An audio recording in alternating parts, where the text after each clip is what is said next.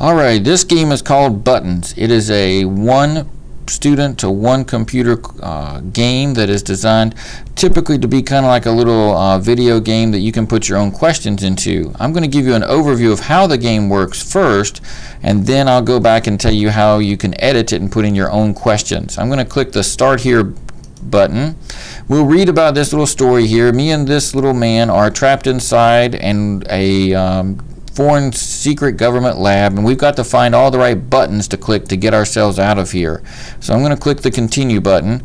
First, we'll get some instructions on how to answer questions that are going to appear on our panel. We have to answer these questions in order to get out of this hidden lab here. So first, we'll see the question up here. We will choose an answer down at the bottom, either A, B, C, or D. Then we will push the appropriate button. If we are correct, it will come up right over here and say that the panel is locked and we can continue. We'll click the Continue button and move on. So let's practice this here one time.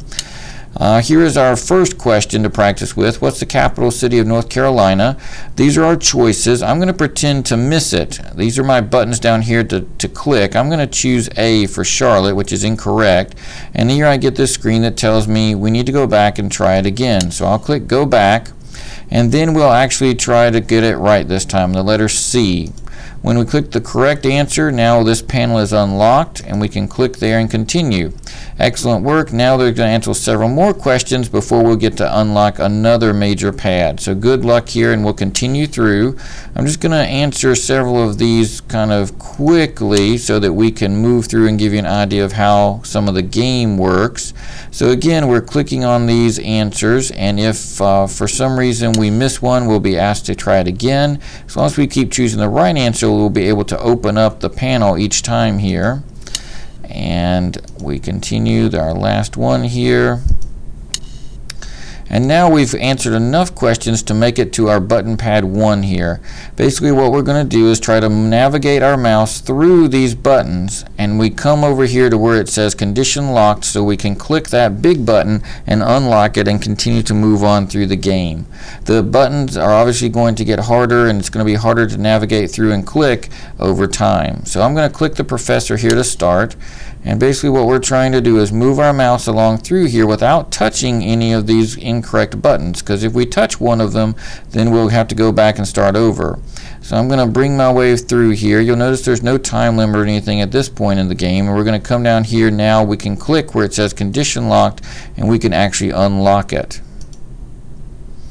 Excellent work. We've been able to do it, and now we click Continue, which will take us to the next set of questions where we can continue on.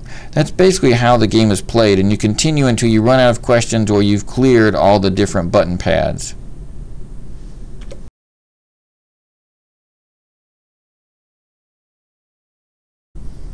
Alright, so now I'm going to talk to you about how you actually go in and edit or add your own slides to the buttons game. What happens here is that what I suggest is that you first decide how many questions you want to be in this game, 15, 20, etc. That comes with an approximate default of about 15 to 20, but you can obviously add to that number or delete from that number if you need less or more than that. So I'm going to come here and choose slide number 6. That's the first one I can actually edit. And I'm going to come in then, and I'm going to come here where it says Next Question, and I'm going to actually place a question here. What is 3 plus 4? And then you will just simply follow the instructions here. An incorrect answer for A needs to go here, an incorrect for B needs to go here, and then a correct answer needs to go on this letter C choice, and then incorrect answer goes here again. Now this is simply PowerPoint. We can make this bigger, we can make it smaller, change the font, etc. You've got quite a lot of room to type questions with here in this green box, so feel free to really expand and explore with that and really get all the question that you want into there. Also, you can of course change the font colors, the sizes, all that good stuff if you think that makes it easier to read or see or any of that good stuff. You can also add photos or clip art and ask questions about those. That's basically the way it works. You'll continue on with this process, adding questions as you need to edit and type in the questions that you want. After you have added all the questions that you need, you can either delete any remaining questions. I also encourage you to move your questions around a bit so that you find that there's not like 3 answer letter C's all in a row, and you'll do that by simply clicking and dragging on them over here at the left. If you need more questions, another question slide, I encourage you to right-click and choose Duplicate Slide. Right-click and choose Duplicate Slide instead of going to right-click and choosing Copy or Edit menu and choosing Copy, because what this will do is it will copy the slide, but it won't get all the information that you need. It will oftentimes leave out backgrounds and pictures that it makes the slide not look right. But if you'll choose Duplicate Slide, it will look correct every time.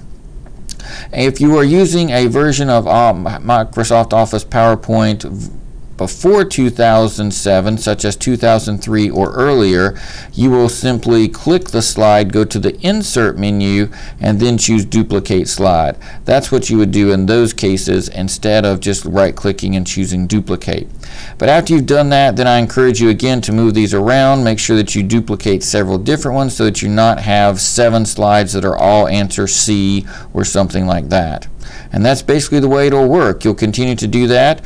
One item of note is that you do not want to delete any of the game slides here. All of those need to stay intact. You only edit, change, add to, delete these question slides here. If for some reason you were to open up one of the games and mess it up and delete some of these slides in here that weren't supposed to be deleted and not work anymore, it's not a problem. You just open up the original PowerPoint file, the original buttons file, and copy and paste the text from your questions back into these new questions. That's all you have to do to make it work again, and you can be right back on playing the game.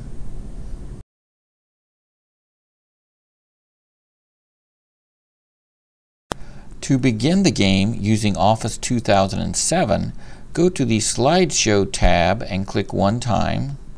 After clicking on the Slideshow tab, click the From Beginning button on the far left. This will begin the game.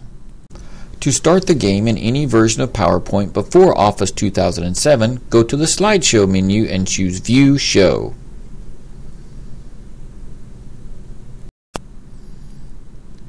This game is designed for individual student use. It is designed to be used in a one computer to one student setup. Suggested uses are to place a finished game onto a resource computer in a classroom and allow the students to play the game for enrichment or review. Alternatively, you could place a finished copy in a computer lab and place one copy of the game on each computer or on a school server. As with any of these template games, teachers are encouraged to allow students to create these games using the teacher's own curriculum.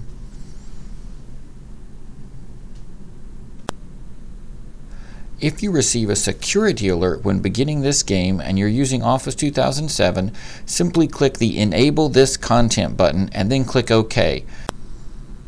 Please note, if you are using a version of Microsoft Office prior to Office 2003, some of the features in these games may not function properly.